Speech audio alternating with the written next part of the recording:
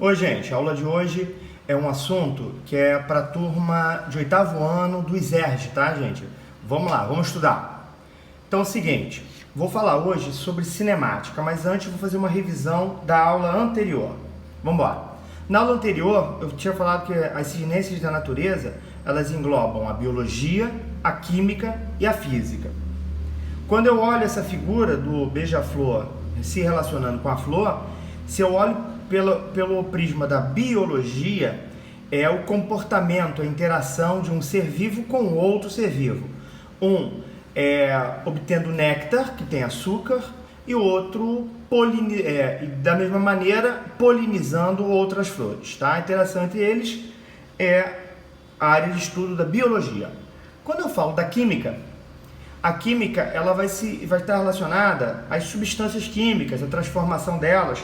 Então, néctar que é absorvido tem açúcar, é transformado em energia, essa energia se transforma em uma força motriz para o músculo se movimentar e as asas baterem, tá? Mantendo ele voando. Quando eu olho agora pela física, eu vou olhar aquele beija-flor como se fosse uma partícula, aquela partícula tem uma massa que é atraída por cima da Terra, gerando uma força chamada peso, ao mesmo tempo ele faz uma força contrária para se manter voando. Então eu tenho ação de forças que vão estar atuando para ele se manter voando. Aí é o estudo, quando eu foco em relação à ciência da natureza, quando eu foco o estudo da física. Vamos continuar. Também falei sobre a mecânica. A mecânica vai estudar o movimento, os móveis, as partículas. Quando eu estudo a cinemática, eu estudo o movimento. Eu estudo a velocidade, o quanto aquele móvel ali se deslocou, a aceleração, tá certo? O vetor, a direção que ele está indo, sem me preocupar com o que causou o movimento. Eu só estou estudando o movimento em si. Quando eu observo agora na dinâmica, a dinâmica ela estuda o movimento, mas leva em consideração a causa, ou seja, o que fez aquele movimento. Então tem uma menina aqui empurrando o carro, está fazendo uma força ali, depois eu vou explicar melhor, uma força de 100 newtons, essa força está sendo aplicada e esse carro está andando. E agora eu sei o porquê que ele está andando, o que causou esse movimento, é o estudo da dinâmica. Quando eu olho um carro parado, onde tem forças que eu estudo, a massa, ele tem uma massa que gera uma força, peso, e ao mesmo tempo o planeta Terra faz uma força contrária, chamada força normal, mantendo aquela partícula, aquele móvel parado, é o estudo da estática, tá certo? Quando eu tenho algum móvel, algum automóvel, um ônibus, um planeta, seja o que for, parado, tá certo? O que mantém ele em movimento ali está parado, tá certo? Também falei o seguinte, a diferença entre corpo extenso e partícula.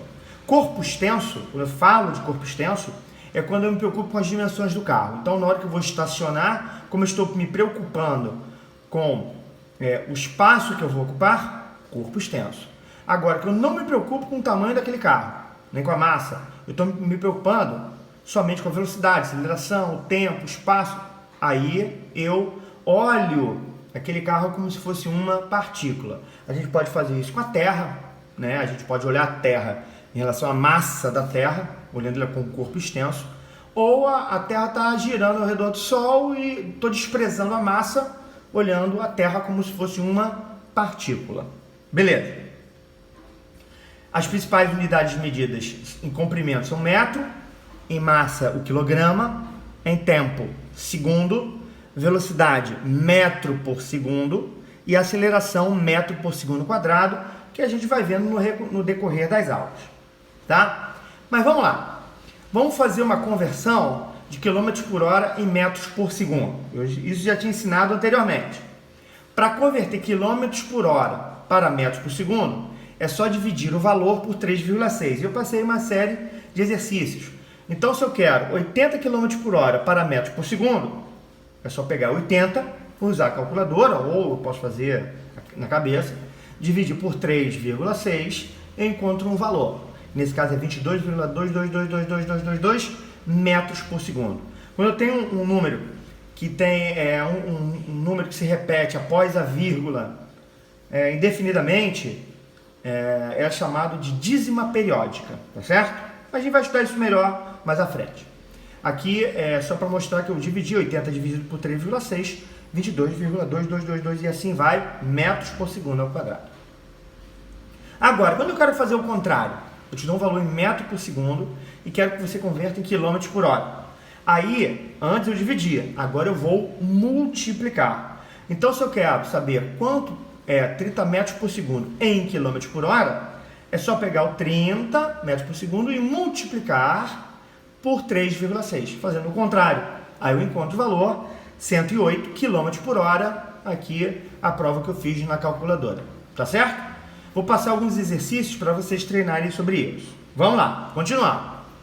Agora, o que é esse valor? 22,222 chamado de dízima periódica.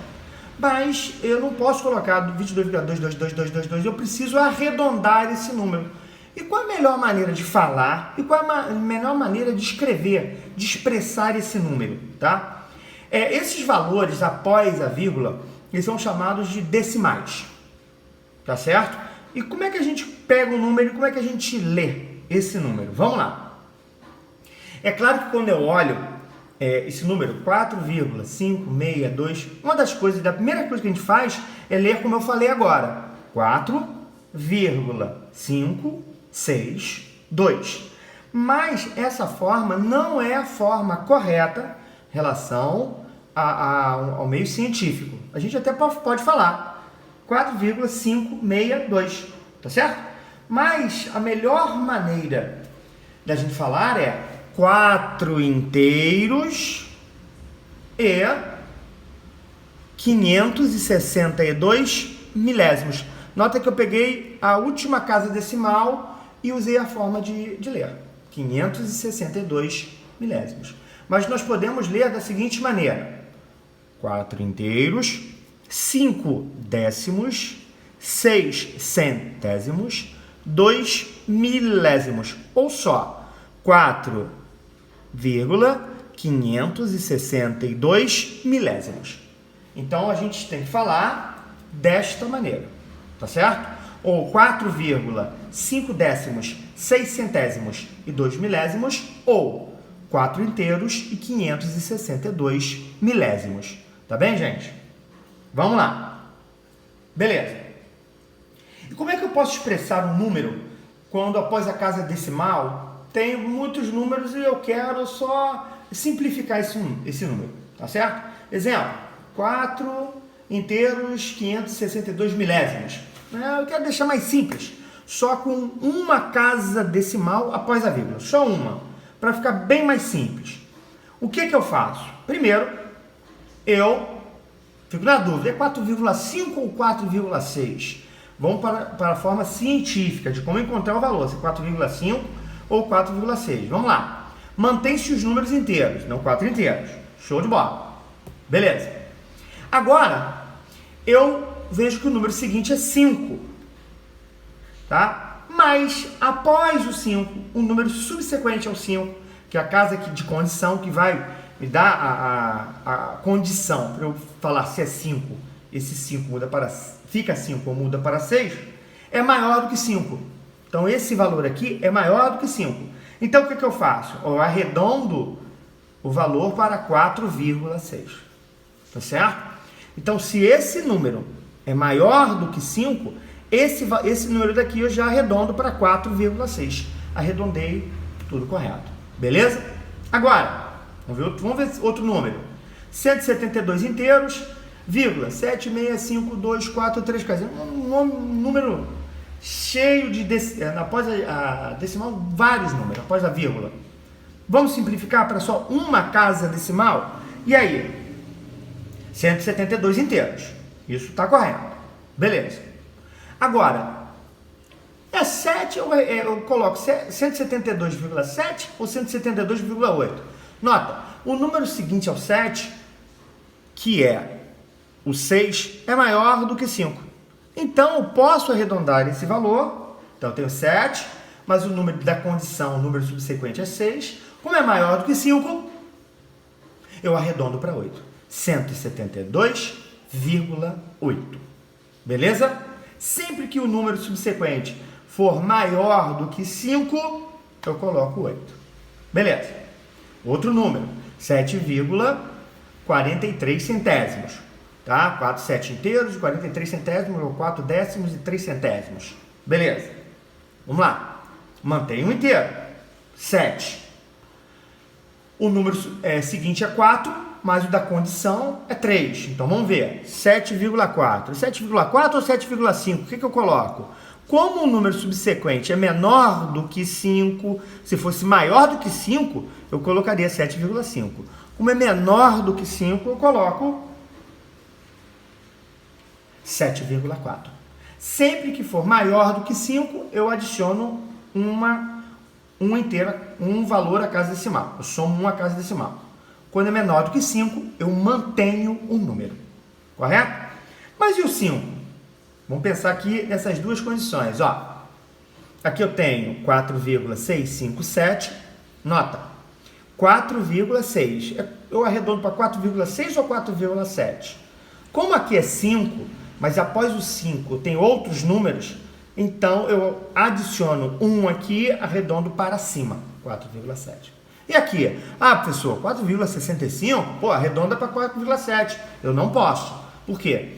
4,6. Eu tenho 5, tudo bem. Mas como depois do 5 eu não tenho nenhum outro número, só tenho 0, eu mantenho o número. Entenderam? Então, ó, como após o 5 tem outros números, eu arredondo para cima.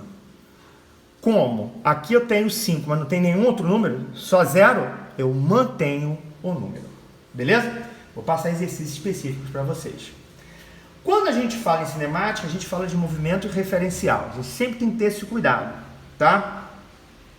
Aqui eu vejo uma cena, um ônibus, umas pessoas dentro do ônibus, e um cara sentado ali na beira da calçada. E aí, quem está parado? Quem está se movimentando? Vamos ver. Se eu estou de fora, sentado ali na calçada, e olho para dentro do ônibus, a pessoa que está sentada, parada dentro do ônibus, ela está em movimento. Porque ela está dentro daquele imóvel e está na mesma velocidade, porque está ali dentro. Tá certo? Agora, se eu olho a pessoa que está lá dentro, sem dúvida nenhuma, ele me olhando de fora, ele pode até perceber que eu estou sentado, parado. Mas nota, ele está com uma velocidade. Como ele está andando, a minha velocidade relativa a ele é a mesma do ônibus, apesar de eu estar sentado. Vocês entenderam? Então, se o ônibus estiver a 50 km por hora, então, na verdade, referencialmente, eu estou também me deslocando a 50 km por hora se eu estiver sentado dentro do ônibus. Eu estou nessa velocidade. E a pessoa que está lá fora também está se deslocando quando eu comparo, faço um referencial da velocidade que o ônibus está atingindo. Qualquer pessoa que esteja dentro do ônibus, quando eu olho o meu referencial, está parada. Por quê? Porque ela não muda de posição. Se a pessoa estiver sentada ao meu lado, ela, mesmo que o ônibus esteja andando, ela não está mudando de posição. Então, referencialmente, ela também está em repouso, também está parada. Tá certo? Vamos olhar um outro quadrinho aqui para a gente ver o referencial, né? Aqui eu tenho 3 carros. Nota, um carro, primeiro referencial que eu criei é meu espaço 0, tá? É a origem dos espaços, ou seja, o ponto referencial que eu digo, não, esse ponto aqui é 0 metro, é o meu referencial.